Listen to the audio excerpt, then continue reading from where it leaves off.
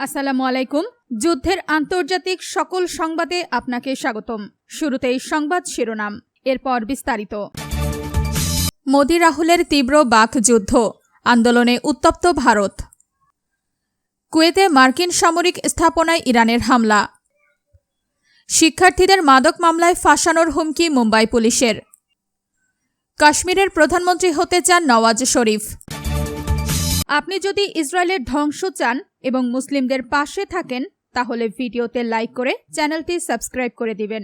মোদি রাহুলের তীব্র বাকযুদ্ধ, আন্দোলনে উত্তপ্ত ভারত। ভারতে চিকিৎসা শিক্ষায় ভর্তি পরীক্ষার প্রশ্নপত্র ফাঁসের অভিযোগ এবং শিক্ষা ব্যবস্থার নানা অনিয়মকে কেন্দ্র করে চলমান আন্দোলনের মধ্যেই প্রধানমন্ত্রী নরেন্দ্র মোদি ও লোকসভার বিরোধী দলীয় নেতা রাহুল গান্ধীর মধ্যে তীব্র বাকযুদ্ধ শুরু হয়েছে। দেশের তরুণদের ভবিষ্যৎ, শিক্ষা ব্যবস্থার স্বচ্ছতা এবং সরকারের ভূমিকা নিয়ে দুই শীর্ষ নেতার বিপরীত অবস্থান জাতীয় রাজনীতিতে নতুন বিতর্কের জন্ম দিয়েছে। বৃহস্পতিবার 23 জুলাই সামাজিক যোগাযোগ মাধ্যমে দেওয়া এক বার্তায় প্রধানমন্ত্রী নরেন্দ্র মোদি বলেন, দেশের তরুণদের কল্যাণ ও স্বার্থ রক্ষা সরকারের সর্বোচ্চ অগ্রাধিকার। যারা তরুণদের ভবিষ্যৎ নষ্ট করার চেষ্টা করবে তাদের কাউকে ছাড় দেওয়া হবে না। সরকারের অবস্থান স্পষ্ট উল্লেখ করে তিনি বলেন, যুব সমাজের স্বপ্ন পূরণে সরকার প্রতিশ্রুতিবদ্ধ এবং শিক্ষাক্ষেত্রে অনিয়মের বিরুদ্ধে কঠোর ব্যবস্থা নেওয়া হবে। প্রধানমন্ত্রীর এই বক্তব্যের কিছুক্ষণের মধ্যেই পাল্টা প্রতিক্রিয়া জানান কংগ্রেস নেতা রাহুল গান্ধী। তিনি অভিযোগ করেন, দেশের তরুণদের ভবিষ্যতের সবচেয়ে বড় ক্ষতি করেছেন প্রধানমন্ত্রী নিজেই।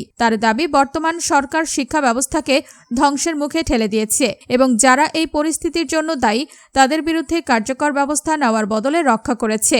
রাহুল গান্ধী তার বার্তায় বলেন, দেশের শিক্ষা ব্যবস্থাকে পুরোপুরি দখল ও ধ্বংস করার সুযোগ দেওয়া হয়েছে, এতে উৎসাহ দেওয়া হয়েছে, সেই সঙ্গে এই অনিয়মের জন্য দায়ী ব্যক্তিদের সুরক্ষা দেওয়া হয়েছে। তার ভাষায়, এ কারণেই আজ দেশের লাখো শিক্ষার্থী নিজেদের ভবিষ্যৎ নিয়ে অনিশ্চয়তার মধ্যে পড়েছে। গত কয়েক সপ্তাহ ধরে প্রশ্নপত্র ফাঁসের অভিযোগকে কেন্দ্র করে রাজধানী দিল্লি সহ দেশের বিভিন্ন স্থানে শিক্ষার্থী ও তরুণদের আন্দোলন অব্যাহত রয়েছে। কুয়েতে মার্কিন সামরিক স্থাপনায় ইরানের হামলা। কুয়েতে অবস্থিত মার্কিন সামরিক স্থাপনায় নতুন করে হামলা চালানোর দাবি করেছে ইরানের Islamic Revolutionary Guard Corps IRGC। বৃহস্পতিবার 23 জুলাই এক প্রতিবেদনে এই তথ্য জানিয়েছে কাতার ভিত্তিক সংবাদ মাধ্যম আল জাজিরা। IRGC জানিয়েছে, এসব হামলা কুয়েতের জনগণের বিরুদ্ধে নয়, বরং যুক্তরাষ্ট্রের পদক্ষেপের জবাবে চালানো হয়েছে।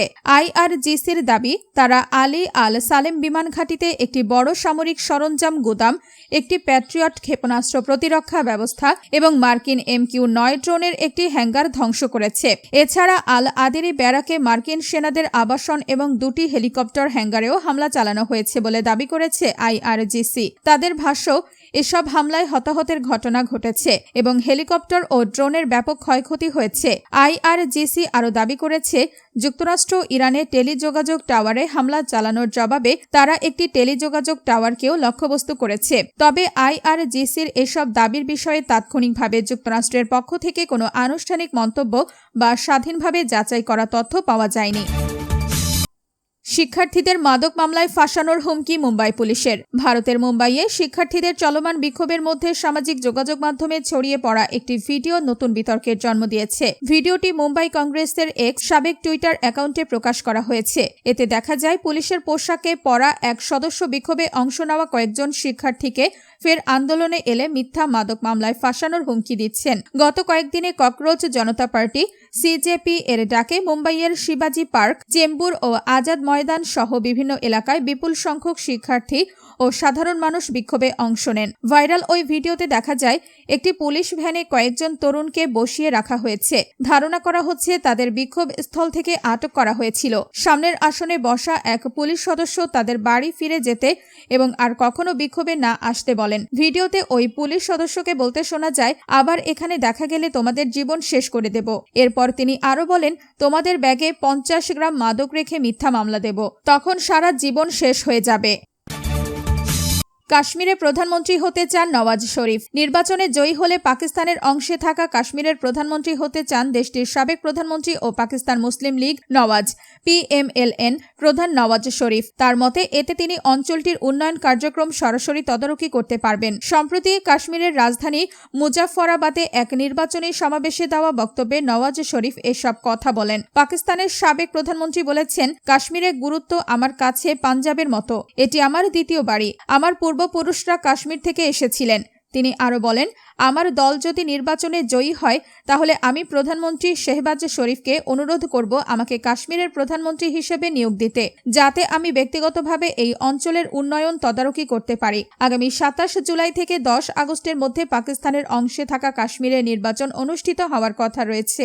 এই নির্বাচনে PMLN এর প্রধান প্রতিদ্বন্দ্বী পাকিস্তান পিপলস পার্টি PPP, যদিও কেন্দ্রীয় সরকারের দুই দলই জোট সঙ্গী। এদিকে নির্বাচনকে ঘিরে কাশ্মীরের রাজনৈতিক অস্থিরতা অব্যাহত রয়েছে। মূল্যস্ফীতি, বিদ্যুতের উচ্চ বিল এবং সরকারি সুবিধাভোগীদের বিশেষ সুযোগ সুবিধার বিরুদ্ধে দীর্ঘদিন ধরে আন্দোলন করছে Jammu Kashmir joint Awami action committee JKJAAC। আন্দোলন দমনে পাকিস্তানি প্রশাসনের কঠোর অবস্থানের কারণে উত্তেজনা আরও বেড়েছে।